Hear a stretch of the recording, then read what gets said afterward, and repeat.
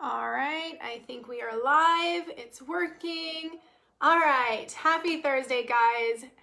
Welcome to this week's topic for Bless This Nest. This week's topic is all about navigating. I'm just going to jump into it, by the way, because I'm really excited about this topic.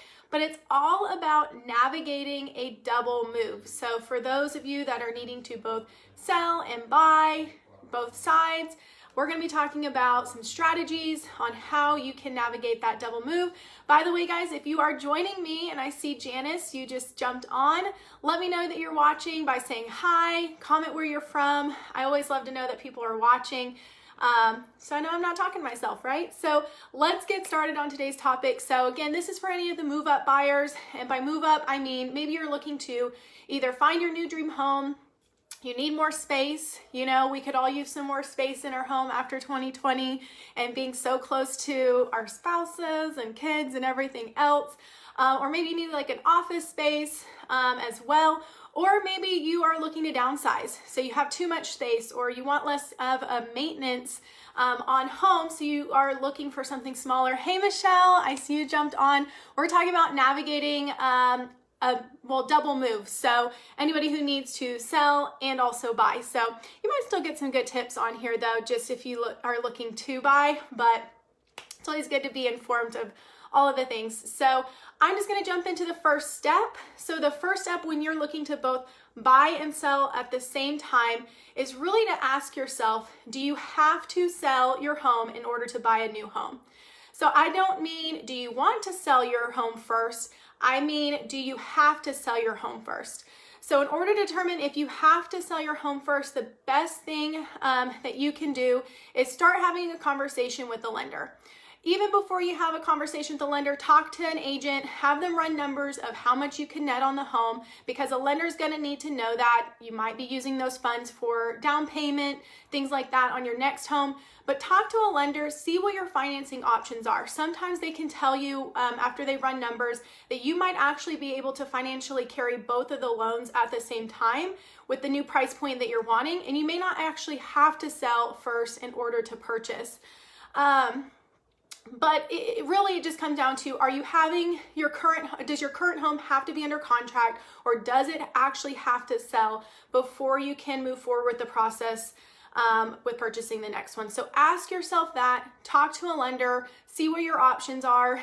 If it comes down to it, that after talking to them, it looks like, yes, you have to sell that house in order to financially get the financing for the next house, or maybe you need those funds from closing on the first house in order to use on the second house.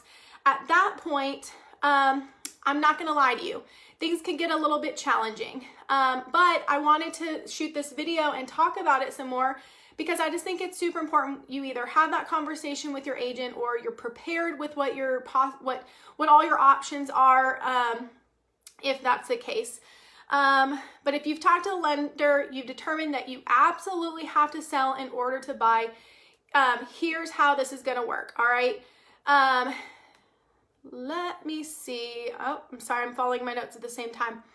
All right. So again, just want you guys to be prepared as much as possible. So here are some options if you are needing to sell in order to buy, first.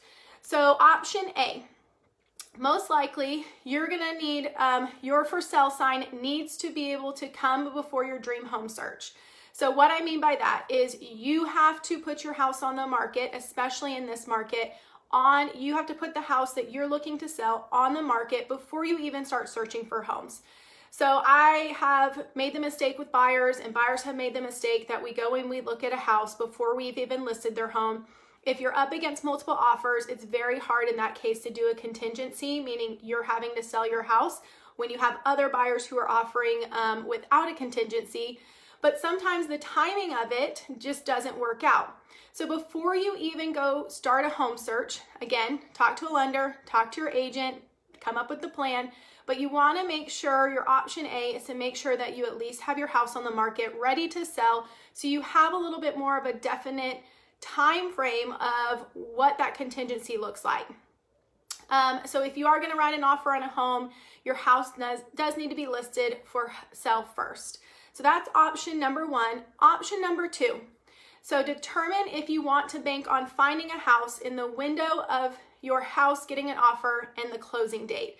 So what I mean by that is, do you want to bank on that time frame, that limited time frame that you're going to have from the time that you get an offer on the house that you're selling to going under contract or till closing date of that house to find the house that you're looking for to purchase? So if you, the other option outside of that is finding some sort of alternative living arrangements for in between. So instead of shortening that time frame, having some sort of alternative living arrangements is going to help, and that's another option that you can consider. But just keep in mind, if you do decide to try for that short window, just be mindful of what we call the domino effect. So if something happens on the sale of your house, the house that you're selling, if it falls through, the buyers can't get financing or anything like that, that means that you possibly could lose out on your new house. So that contract would fall through as well. Basically, that's what a contingency is. It's contingent on the sale of your previous house. If anything falls through with that contingency or that house that you're looking to sell, unfortunately, you either have to waive that contingency and still purchase the house without selling the first home, or you're forced to have to terminate the contract and you lose out on that house. But in order to give yourself a longer time frame, and this is what I always suggest to clients as much as we can, is either finding, again, either living arrangements in between. So meaning you go stay with some family members, you stay with friends, you have some temporary housing with a short rental term. That isn't a really good option, and something I really consider most of my buyer sellers also look into. But the other thing is you can request that we have either a longer closing date on the sale of your house to allow you a little more time to look for the next house, or a little better option to make sure we close on time is to ask for what's called a seller's temporary lease back. So basically allowing you to lease the home back from the buyer after you've closed on the home. Now you can only do this for up to 60 days, so that even though that's a lot, a lot more time than if you didn't have that lease back, still know that you will have that 60-day time frame or that 60-day window to find and purchase your next home if that's what you have to do. All right, option E, or the last option I came up with, is to get your house on the market, put it under contract, get it sold, and then have a plan for those alternative living arrangements in place. This way, you are not rushed to have to find your dream home. There is no time frame that is keeping you from looking at, homes or anything like that, or you're not forced to have to settle on a home just because of your time frame. This is going to give you more time than the 60 days or any other option available. So when I talk to buyers or seller buyers and we sit down for the very first time, we talk through this plan of, hey, what's your plan if your house sells before we find the next house? I always suggest have that plan B. Know where you're going to live, stay with family members, stay with friends. It may not be the most convenient thing, and it may be a little bit of a challenge temporarily, but it is going to help you so much in the long run to not have to, again, feel rushed into purchasing the next home. So again, I just want to make sure you guys are super prepared for the process. But if you, have questions, you are looking to also sell and buy at the same time, make sure you're sitting down and talking to a real estate agent. One of our jobs is to come and navigate you through that process. Literally, I bring a calendar, we talk about it, and we picture what that ideal, time frame looks like, and really make sure that you know all your options so you're not stuck, homeless and without a home or anything like that.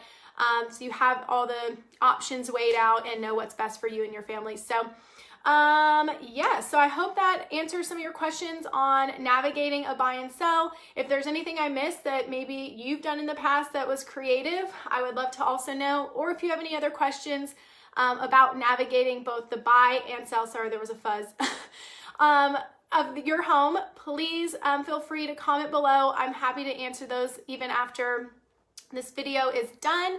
And then the very last thing, we actually created a move up buyer checklist. So kind of talks a little more about what I just talked about in this video, but it's just a checklist of things that you need to do as far as talking to a lender, talking to a real estate agent, how you can be prepared as much as possible, because sometimes both selling and buying process can be super quick. It helps a lot if you can do a lot of the things before you even start that process with getting the home ready, talking to the lender, and everything else. So there's a whole checklist that we'll give to you guys. If you guys want it, just message us, let us know. We'll get you the link, or if you send us your email, we'll send it to you directly. So, all right, guys, have an awesome Thursday. I am back to getting to work on some files and finding some homes for my buyers, because that's what we need right now. But if you guys need anything else from me, please don't hesitate to reach out. Otherwise, I will see you next week. Bye.